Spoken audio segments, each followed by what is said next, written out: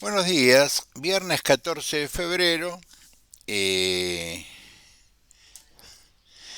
¿Cómo? Ah, el día de la gente que cree que está enamorada. Eh, por supuesto es una fecha importada de extrañas pampas. Eh, no hay un día para querer a alguien. Es decir, por un segundo, Anita, felicidades, querida. Por un minuto me sacó de eje, pero es un buen punto para explicar a lo que yo me voy a referir. Gracias, Ana. No existen sentimientos horizontales y permanentes. Los sentimientos son, yo diría, como un electrocardiograma. Suben, bajan, suben, bajan, suben, bajan. El problema es que no tengas arritmia sentimental. Es decir, vos tenés distintos tipos de sentimientos y tienen en las distintas etapas de tu vida. Por ejemplo, cuando Ana me empujó al gimnasio me pareció fantástico y la quise mucho. Hoy la odio profundamente. Eh, Le tengo un profundo desprecio. Los sentimientos son un poco lo que le está pasando al periodismo. Iba a hablar del periodismo, de las informaciones y de la política. Los sentimientos son variables. Si yo siempre he dicho, cuando alguna vez una hija mía, la más insospechada de todas, me hizo una pregunta filosófica, ¿no es cierto?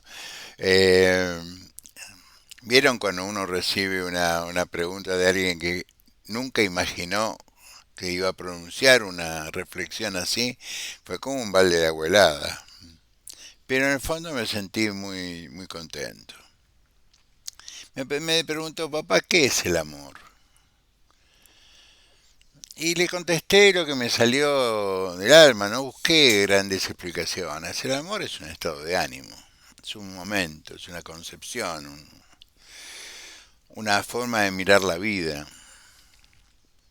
Vos no amás una persona, amás una situación donde esa persona es un protagonista eh, indubitable, ¿no es cierto? Entonces todo te parece mejor. Es decir, estás más optimista, estás con ganas de laburar, con ganas de hacer. Haces para alguien. Yo creo que el ser humano sano, así le dije a mi hija, vive para alguien. Puede ser una persona, un hijo, muchas personas. No vive en la introspección. Por lo tanto, necesita de los demás. El ser humano necesita de los demás, si no seguiríamos comiendo carroña en el Serengeti. El ser humano necesita de los demás. Después está el intercambio de genes, el intercambio de segmentos de ADN, que es una pareja, y la creación de una familia, y tener muchos hijos o pocos hijos, lo que puedas hacer o puedas mantener con la dignidad que un hijo se merece. Y el amor durante el paso de los tiempos va fluctuando, sube, baja, se modifica. Cuando le pregunté por qué me haces esta pregunta, me dice, porque si hay alguien que sabe de eso, sos vos, me dice. Tenés dos divorcios encima, un montón de vida hecha. eh, y está bueno reflexionar eso, porque yo siempre me casé queriendo casarme. Y después dije, ¿qué hice? ¿No es cierto? Eh, No voy a hacer una comparación tonta, pero porque hay hijos de por medio, pero yo me casé queriendo a las mujeres con las cuales me había casado. Y un día te pones a pensar en términos de tus propios valores, de los valores que te rodean, Y hay una frase que alguien me dijo una vez que me pareció realmente sabia, que por supuesto no era de ella. Eh, las cosas suceden y dejan de suceder. Y con el amor pasa esto. Entonces los americanos, que son muy prácticos, aprovechan, aunque sea un momento, un sentimiento con que a veces puede ser confuso, que puede tener que ver con la atracción física, con la desesperación, con la soledad, con lo que fuera, para facturar. Entonces crearon el Día de los Enamorados. Entonces hay que regalar chocolates con formas de corazón. Y en realidad está probado, los afectos del ser humano salen del lóbulo frontal, no salen del corazón. El corazón es una bomba. Cumple las funciones de bomba. La moderna neuropsiquiatría, es decir, la neurociencia, dice que hay una relación entre el neocórtex, la parte superior del cerebro, y el corazón. Sí, claro, obviamente, gracias a la pituitaria o al parasimpático, según como se quiera ver. Pero bueno, aquellos que aún están enamorados, feliz día. Yo solamente quiero a mi mujer. Es decir, entre todas, la quiero a ella. Si esto es el amor, bueno, esto es el amor. Por supuesto, todavía, obvio. Por ahora, hoy, 14. No sabemos, el futuro. No, yo no puedo dar fe de esto. Vamos a lo nuestro. 6 minutos para hablar del amor me parece una enormidad. Pero bueno, se han escrito bibliotecas. Entonces, yo hoy quería reflexionar respecto al miedo. No al miedo físico o al miedo que se tiene cuando se entra a una cancha de rugby, ni el miedo que se tiene cuando alguien quiere que le digas lo que no sabes y te golpea para que inventes, ¿no es cierto? No hablo de ese miedo. No hablo del miedo de perder la vida, que te ocurre una sola vez. Eh, no hablo del miedo de que le pase algo a tus hijos. Ese es el miedo en serio. O a la gente que querés, como el caso de Ana, en el caso de mis amigos, etcétera, etcétera. Eh, el miedo que tiene el profesional del periodismo, el miedo que tiene la política, el miedo que tienen aquellos que dicen que nos quieren representar y de hecho nosotros votamos para que nos representen.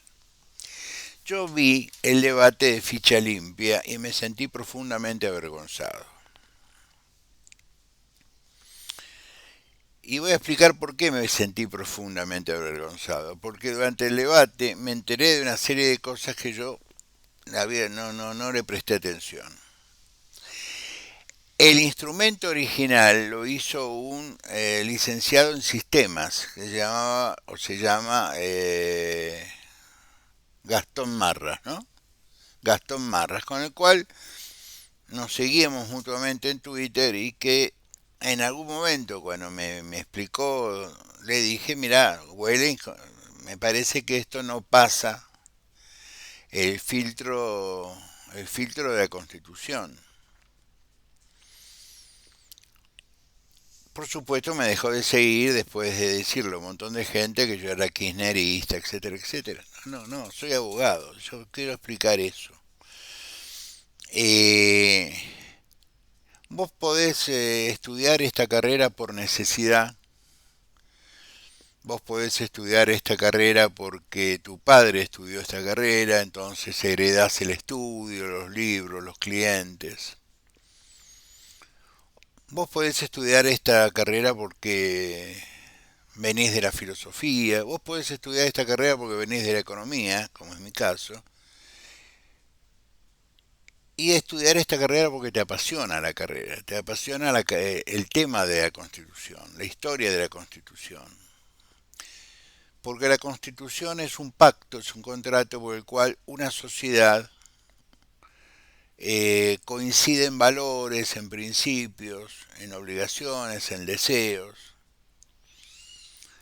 Una nación sin constitución no es nación, porque el pueblo hebreo tenía una constitución que era el Talmud, la Torá. Podía vivir en una diáspora en distintos lugares del mundo, pero tenían una ley común, que era la ley, el Pentateuco.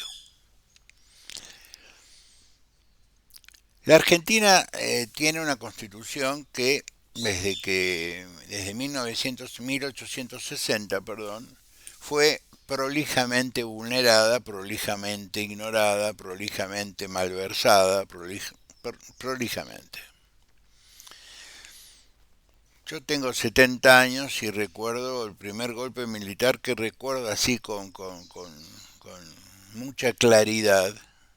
Es el golpe militar de Onganía a Ilia. Porque mis intereses hasta ese momento eran el colegio.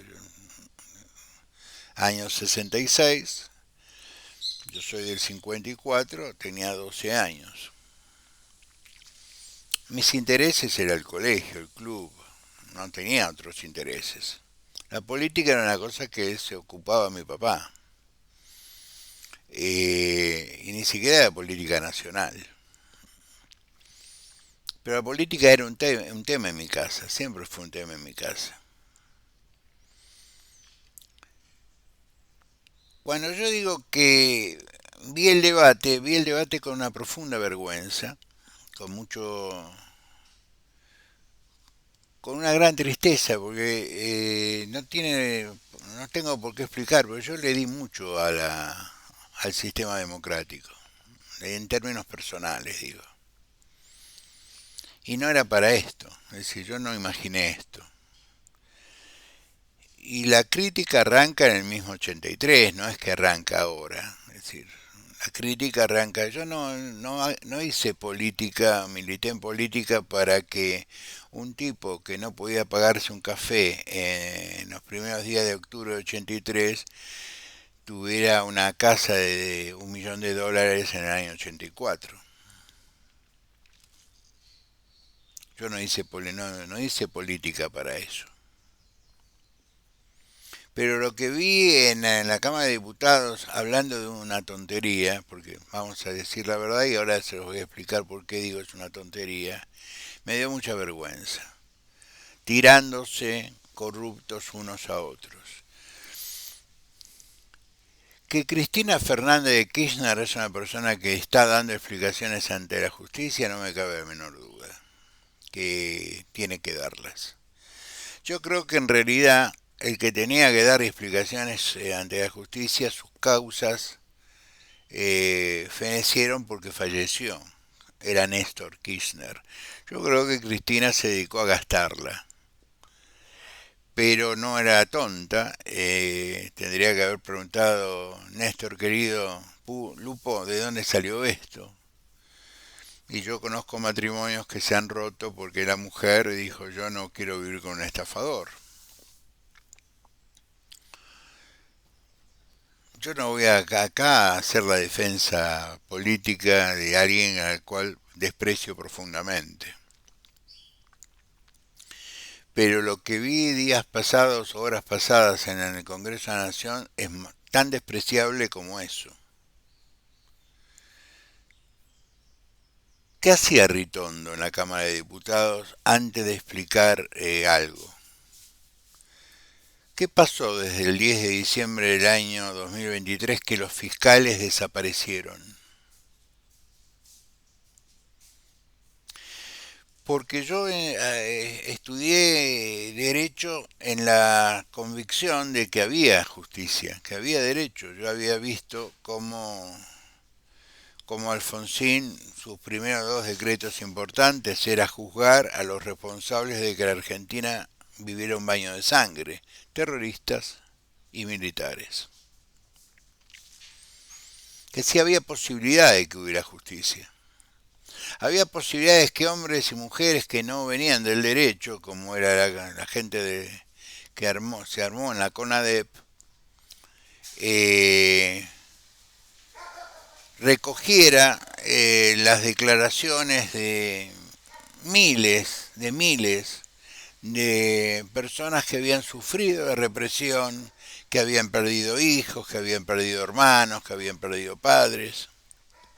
Es decir, que había, a mi modo de ver, un sustrato dentro del concepto de justicia que me daba ánimo para confiar en que la Argentina tenía destino. Yo lo que vi en la Cámara de Diputados de la Nación fue un disparate. Y ahí me enteré de varias cosas. Primero, el proyecto de Gastón Marras no existió, no existió. El Poder Ejecutivo, que el año pasado le sacó los votos a ficha limpia, le encargó a mi colega Alejandro Fargosi que, que rearmara un proyecto bajo un determinado nivel de condiciones.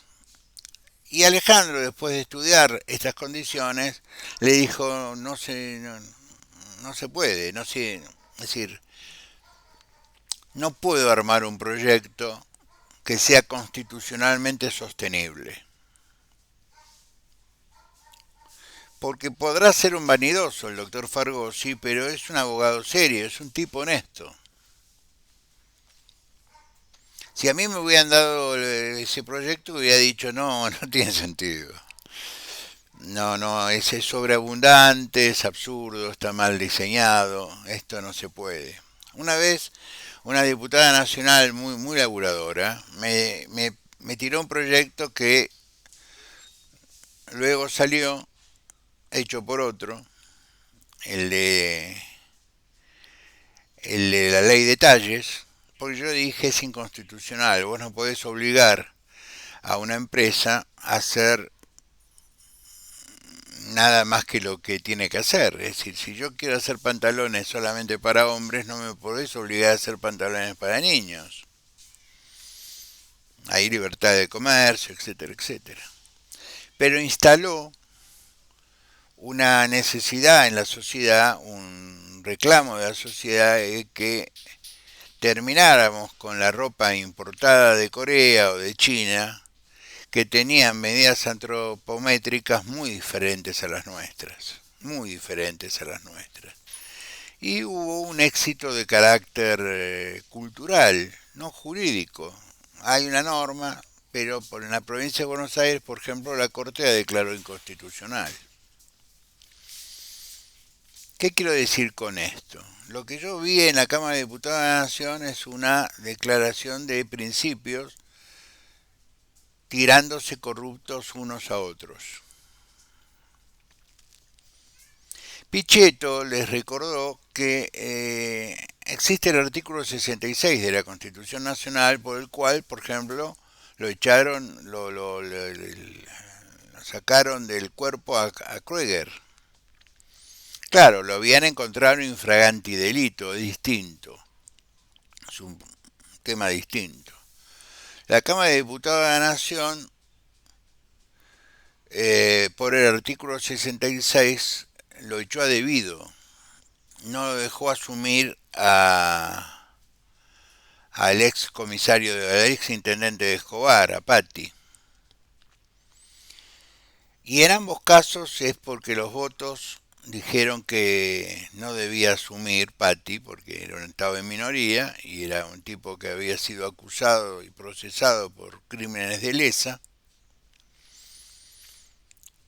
Y en el caso de debido porque era un escándalo. Pero el artículo 66 habilita al cuerpo, que es juez de sus propios miembros, a no dejarte asumir. Claro, necesitas número para esto. Entonces, como Fargosi no quiso hacer la ley del proyecto de ley de ficha limpia, lo hizo Luis Petri, ministro de Defensa, el esposo de una periodista. En el proyecto que votaron en días pasados, le dan al juez la potestad de decidir él per se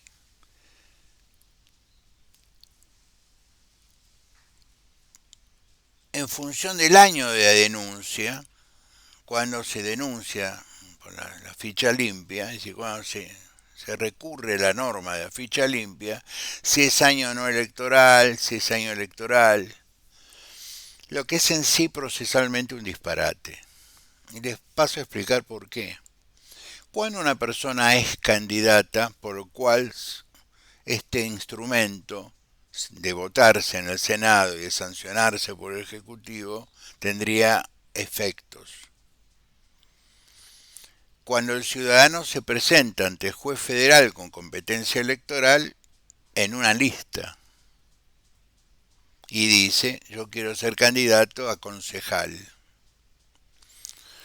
Entonces ahí aparece el juez y le dice, no, mire, acá hay una denuncia contra usted, una inhibición sería. Por eso se modifica, el proyecto este modifica la ley de partidos políticos. Hay una inhibición por esto, por esto, por esto. Entonces ahí el judiciable, si el candidato a concejal al cual no lo dejan registrar, tiene la posibilidad de ampararse, etcétera, etcétera, etcétera. Entonces, ¿qué significa esto de darle al juez posibilidad de hacerlo un año antes? Es decir, desde el punto de vista procesal es un disparate. Vuelvo a repetir, existe el artículo 66 y no necesita reglamentarse, porque es uno de los pocos artículos de la Constitución Nacional que se reglamenta solo. Porque, ¿qué dice el 66? Las cámaras son jueces de sus propios miembros. Es decir, esta es la voluntad del constituyente. Cuando el juez tenga que aplicar esto, cuando el juez tenga que analizar algún amparo contra esta norma, como es una norma nueva, va a pedir la versión taquigráfica, tanto en diputados como en el Senado. Entonces, en la versión taquigráfica, ¿qué van a ver? Claro, es la voluntad del legislador, como bien acota Ana. ¿Qué quiso decir el legislador? Entonces, cuando termine de despejar las partes de los insultos entre los penatos y otro, y este y aquel, y qué sé yo, y una señora que vive en un piso de $700.000 cuando no lo puede justificar y dice que, bueno, es un leasing de $1.000 por mes. Los próximos 70 años esta señora pagará $1.000 por mes. Por la edad que tiene lo terminará pagando sus hijas. Sobre ella, sobre esa riqueza nueva nadie pregunta. El hecho de que Cristian Ritondo simplemente diga, me están operando, la periodista Delfino, que es una periodista extremadamente seria y profesional, al cual le prestan atención organismos internacionales de lavado de dinero, etcétera, etcétera. Fiscal que se preocupe de indagar una acusación de orden público, como es enriquecimiento ilícito, eh, con la posibilidad de que haya blanqueo de capitales, etcétera, varios artículos del Código Penal, no hay ningún fiscal. Entonces nosotros sabemos que el Poder Judicial de la Nación está absolutamente prostituido. El ciudadano común lo sabe o no lo sabe. Entonces, ante un Poder Judicial prostituido, la Cámara le da a los jueces federales, porque esto solamente lo puede aplicar a los jueces federales con competencia electoral, lo de ficha limpia, no un juez común, un elemento más de presión, un elemento más para decirle, seguí haciendo lo que mejor haces, que es nada. En la capital federal sería María Romilda Servine de Cubría, pero en la provincia de Buenos Aires es el doctor Ramos Padilla el que tiene que decidir sobre la judicialidad o no, o falta de ella, de una demanda contra la expresidenta Cristina Fernández de Kirchner. Pero todo esto se volvió inocuo porque al día siguiente, exactamente al día siguiente de este papelón, el fiscal Villar se acordó de que tenía que apelar.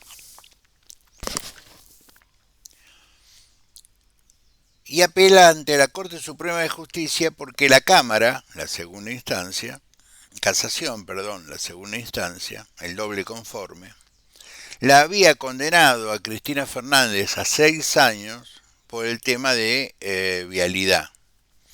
Yo seguí el juicio de vialidad con muchísimo interés.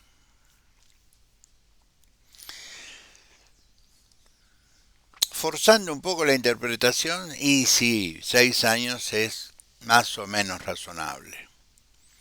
Ahora, los jueces, 2 de los 3, no encontraron los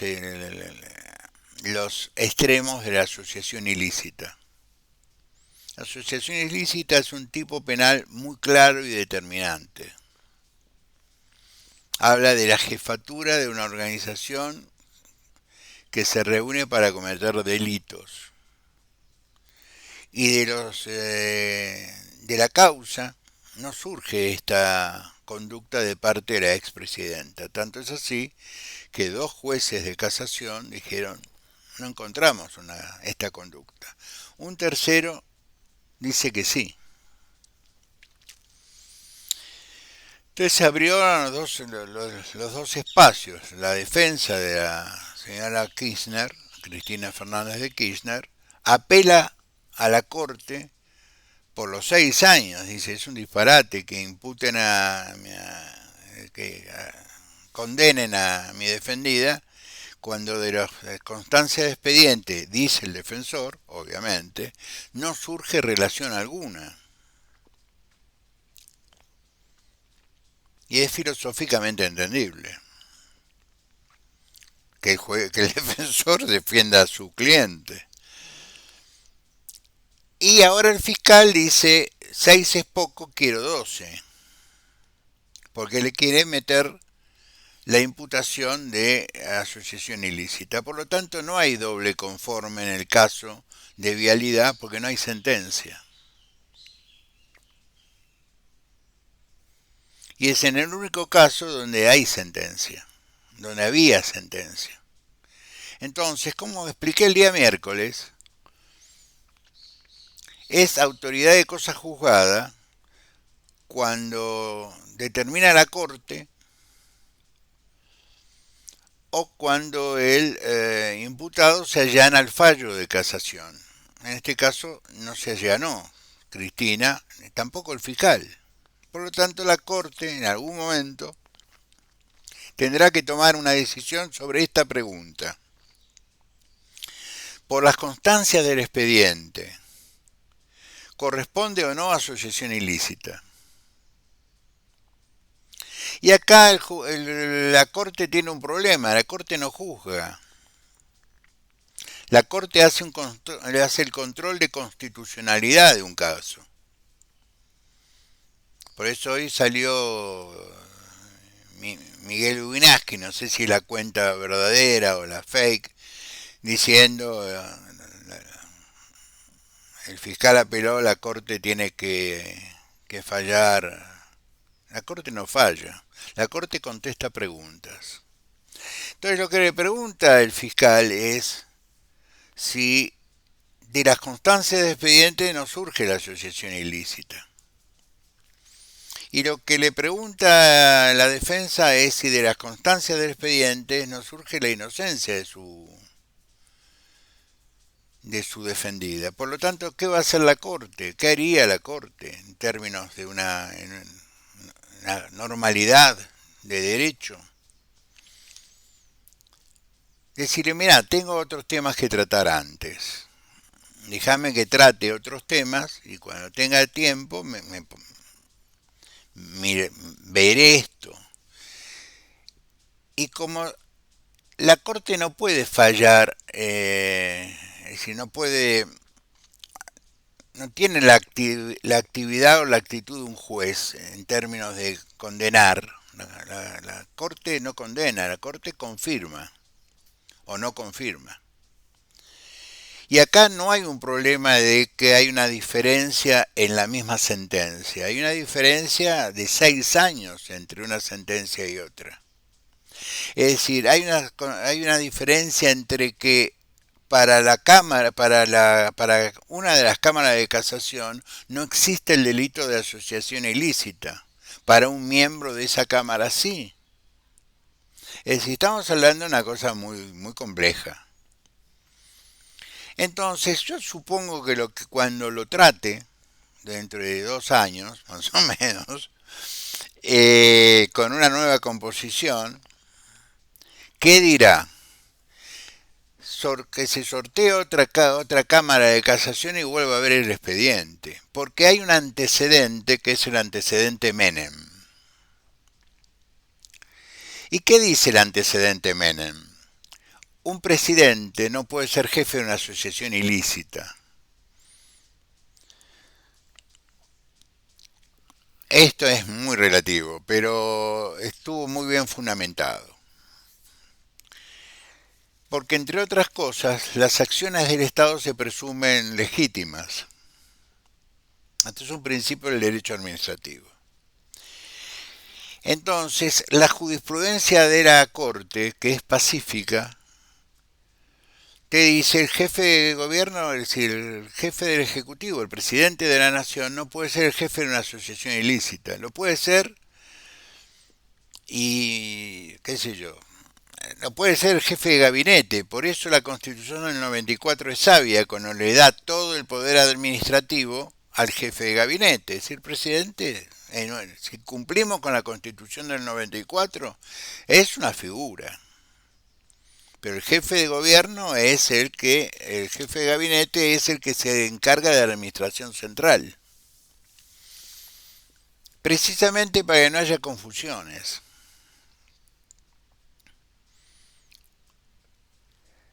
Hubo 3 diputados que actuaron dentro de la norma. Mónica Frade, que, que explicó que a ella le daba mucha vergüenza compartir el recinto con algunos personajes, pero todos han sido votados. Que si hay una responsabilidad del ciudadano que votó estos personajes, porque lo de Ritondo no es... La gente de Capital sabe quién es Ritondo. Por lo menos yo, que no militaba en el radicalismo de la Capital ni en el PRO de la Capital, todo el mundo me contaba quién era Ritondo en el año 2015, en el año 2013, 2014. Es decir, no, para mí no es una... Ahora es un promotor inmobiliario. Es decir, una cosa es Macri, que es rico de cuna, y otra cosa es gente que se hizo rico con el rico de cuna. Digamos la verdad, yo puedo decir, después de 55 años de militancia política, que yo me empobrecí.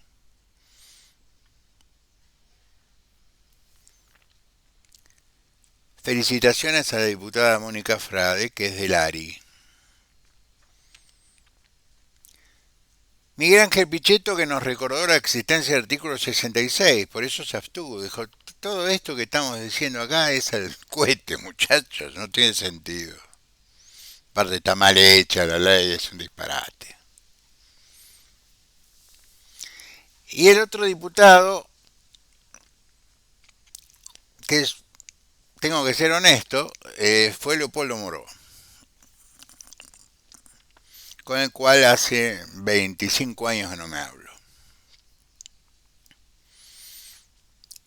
Porque Leopoldo Moró les recordó a los diputados que estaban cometiendo un virulento error. Porque Moró se dedicó a hablar de precisamente de la base del problema, que es la opinión de los legisladores cuando esta norma se convierte en norma. Es decir, ¿qué va a leer el juez?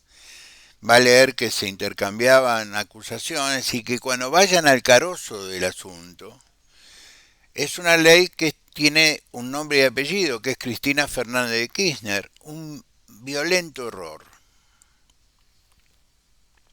Entonces yo tengo que pensar dos cosas. O son muy brutos, toda la Cámara, salvo algunas excepciones, o solo lo que les interesa es la publicidad de la ficha limpia, que no tiene nada que ver con lo que hizo Gastón Marras. Yo a Gastón le dije lo mismo, no hace falta, está el 66.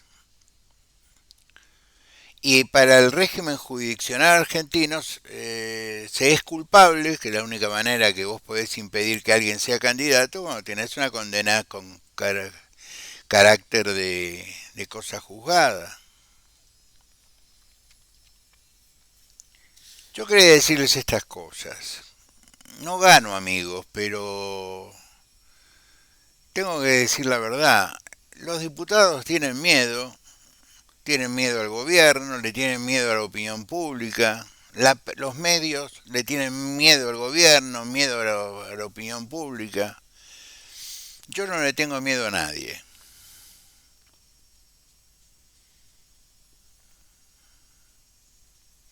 Entonces, no puedo ser parte del coro.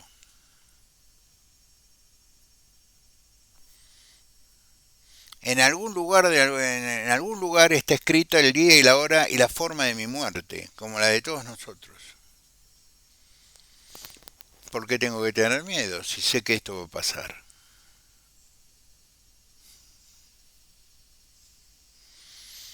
Y no tengo edad para estar golpeando los tapones arriba del cemento del vestuario, porque voy a jugar un partido difícil de rugby y puedo quedar cuadripléjico. Ni tengo miedo de que me lleve por delante un auto, me meta dentro de un baúl, porque esas son experiencias ya conocidas. Digo, no tengo... Pasada cierta edad ustedes me van a entender, uno ya no tiene miedo por uno, tiene miedo por otros. Mientras tanto nos venden el 2,2 de inflación, mientras tanto nos siguen expoliando, mientras tanto vemos un gobierno donde el único que sabe es Milei y Caputo y tipos como Frenkel que tienen el currículum de Frenkel es las viejas guías de teléfono, reconocido en el mundo entero, es un hombre de casi 80 años, tiene que caer bajo los insultos de un ignorante que relataba fútbol y hacía programas con prostitutas. Ese es Alejandro Fantino. Estoy en Jujuy, Alejandro, no tengo problema. Los chinos me sacaron de cualquier temor. Grandes inventores los chinos. Los quiero a todos, sean buenos, nos vemos el lunes, pórtense bien. Espero haber sido claro. Un cariño grande.